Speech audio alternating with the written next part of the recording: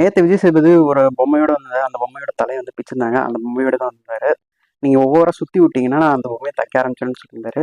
அப்புறம் அவங்க வந்து டீமா பிரிஞ்சு விளையாண்டத பத்தி கேட்டுட்டு இருந்தாரு. அதுக்கப்புறம் நம்ம பவித்ரா வந்து நீங்க 5 பேர அவுட் பண்ணியிருந்தீங்களே, அத பத்தி சொல்லுங்கன்னு கேட்டதுக்கு அவங்க ஒழுங்கா சொல்லாதனால பொம்மைய தைக்க ஆரம்பிச்சாரு. அப்புறமா வந்து நீங்க உங்கள பாராட்டுறதுக்கு தான் நான் சொன்னேன் அப்படின்னு சொல்லியிருந்தாரு. அப்புறம் ஜாக்லின், அன்ஷிதா வந்து 2 பேரும் பொம்மைய குடுக்காமயே ரொம்ப நேரம் இருந்தாங்க. அந்த விஷயத்த பத்தி பேசினாங்க. அப்புறம் 2 பேரையும் பாராட்டினாரு. அவ்வளோ நேரம் இருந்ததுக்காக. அப்புறம் பொம்மைய வந்து கடைசியா அவர் வந்து தச்சுட்டு கிளம்பிட்டாரு. ராணவ், ஜெஃப்ரி, ரயான் அவங்களோட பிரச்சனைய வந்து பேசினாங்க. அவங்க டைட்டா புடிச்சத பத்தி பேசினாங்க. மிட் நைட் பிரியாணி வந்து சாப்பிட்டுருந்தாங்க ஒரு 8 பேர். அத வந்து மத்தவங்க ஹவுஸ்மேட்ஸ்க்குலாம் தெரியாம சாப்பிட்டுருந்தாங்க. 24/7 பார்த்துருக்கலாம். அந்த விஷயத்த வந்து விஜய் சார் வந்து கேட்டு பேசினாரு. இந்த வாரத்துல யார் வெளில போறாங்கன்னு டாஸ்க் நடந்துச்சு. அந்த டாஸ்க்ல வந்து ஷியோட பொம்மை இல்லாதனால அவர் வந்து இந்த வாரம் வீட்ட விட்டு வெளில போறாரு.